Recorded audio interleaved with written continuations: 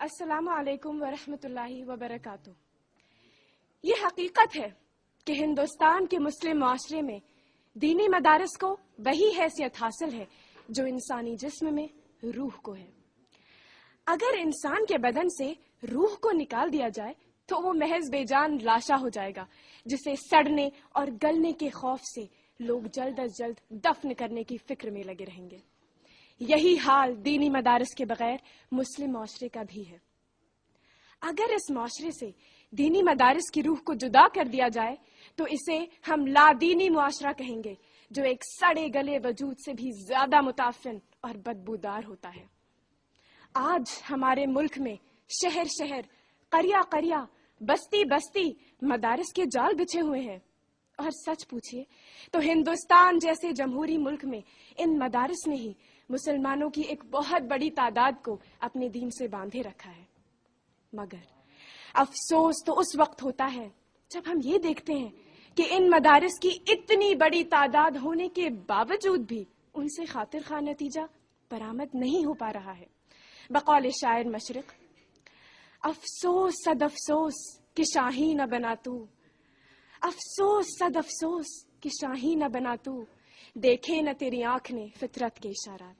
صدر علی وقار، مدارس اسلامیہ کے قیام کا ایک بنیادی مقصد لوگوں کو قرآن اور احادیث کی تعلیمات دینا ہے، اور انہیں اس لائق بنا دینا ہے کہ وہ ان تعلیمات کو پوری دنیا کے لوگوں تک پہنچا سکے۔ شاید یہی وجہ ہے کہ ان دینی مدارس کے نصاب میں وہ تمام کتابیں اور فن شامل ہیں جو قرآن پاک کے رموز و نکات کو سمجھنے کے لیے بہت ضروری ہیں۔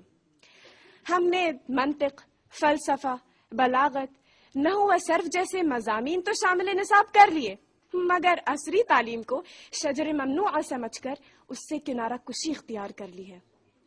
ہمیں یہ سمجھنا چاہیے کہ قرآنی آیات کی گہرائیوں تک جانے کے لیے عصری تعلیم پر دسترس رکھنا بھی بہت ضروری ہے۔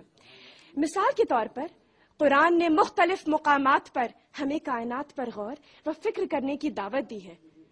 کیا محض آسمان کے تارے گننا، زمین کے نشیب و فراز اور حجر و شجر کا مشاہدہ کرنا، رنگ برنگ کے خوبصورت پھولوں سے محظوظ ہونا کائنات پر غور و فکر کے لیے کافی ہے، یا اس کا دائرہ اور بھی وسیع ہے؟ قرآن نے مختلف مقامات پر ہمیں ان سبھی جگہوں پر سوچ و ذریعہ کرنے کی موافقت دی ہے۔ اگر ہم سوچیں تو ذرا سوچئے، قرآن میں تقریباً 300 آیات ایسی ہیں جن میں آسمان کا ذکر ہے، تو اگر علم الافلاک یعنی ایسٹرونومی سے بیزاری برتی جائے تو یہ 300 آیات محض قرآن کی زینت ہی بن کر رہ جائیں گی۔ اس کے علاوہ زمین سے متعلق معلومات حاصل کرنے کے لیے جغرافیہ یعنی جغرافی اور طبقات الارض یعنی جیولوجی کا جاننا بھی بہت معاون ثابت ہوا ہے۔ جس میں انسانی کے تہ تک جانے کے لیے علم التشریح و منافع الاعضاء یعنی فزیولوجی اناٹمی کا جاننا بھی بہت ضروری ہے۔ اس کائنات میں جانوروں کی تعداد تو اتنی زیادہ ہے کہ ان کا شمار کرنا اپنے آپ میں ہی ایک بہت بڑا کام ہے۔ ان کے بارے میں جاننا علم الحیوانات یعنی زولوجی کے ذریعے ہی ممکن ہو پایا ہے۔ نباتات کا تو ایک لامتناہی سلسلہ ہے جن کی اقسام اور تعداد تک انسانی رسائی آج تک نہیں پہنچ پائی۔ ان کے بارے میں جاننا علم النباتات یعنی باٹنی کے ذریعے ہی ممکن ہے۔ تو ذرا سوچئے، اگر ہم ان علوم سے بیزاری اور نفرت کا معاملہ برتیں گے تو کیا ہم کبھی قرآن کے اسرار و رموز کو سمجھ پائیں گے؟ جی نہیں، ہرگز نہیں۔ جناب صدر، ہمیں یہ بھی جاننا چاہیے کہ دینی مدارس کے قیام کا ایک اور بنیادی مقصد لوگوں تک قرآن کی تعلیمات کو پہنچانا بھی ہے۔ اس سلسلے میں سب سے بڑا مسئلہ پیش آتا ہے زبان کا۔ یہ تو ہم سبھی جانتے ہیں کہ دنیا میں بے شمار زبانیں بولی اور سمجھی جاتی ہیں۔ اب ہمارے لیے ممکن نہیں ہے کہ ہم سبھی زبانیں سیکھ سکیں، اس لیے ہمیں یہ جاننا چاہیے کہ عالمی رابطے کی زبان کون سی ہے اور ہمارے ملک کی سرکاری زبان کون سی ہے۔ عالمی رابطے کی زبان انگریزی ہے اور ہمارے ملک کی سرکاری زبان ہندی ہے۔ اپنی باتوں کو دوسروں تک پہنچانے کے لیے ان زبانوں کا جاننا ہمارے لیے بہت ضروری ہے۔ اس سلسلے میں ارباب مدارس سے بصد احترام یہ درخواست کرنا چاہوں گی کہ وہ اپنے مدارس نصاب میں ان زبانوں کو ضرور شمار کریں۔ گزشتہ چند دہائیوں میں بعض مدارس نے اس سلسلے میں خوشائند پیش رفت کی ہے، مگر افسوس اندھیرا اتنا زیادہ ہے کہ جتنا چراغ جلایا جائے اتنا ہی کم ہے۔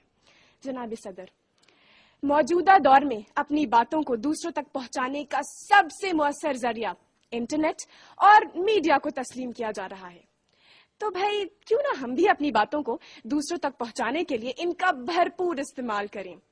ایک بار پھر میں احترام اور ادب کے ساتھ ارباب مدارس سے یہ گزارش کرنا چاہوں گی کہ وہ اپنے مدارس کے نصاب میں انٹرنیٹ اور میڈیا کی تعلیمات کو اس حد تک لازم کر دیں کہ ہر بچہ کم از کم کمپیوٹر اور انٹرنیٹ کی تعلیمات کو بآسانی حاصل کر سکے اور اس کے ذریعے زیادہ سے زیادہ لوگوں تک اپنی بات کو بآسانی پہنچا سکے۔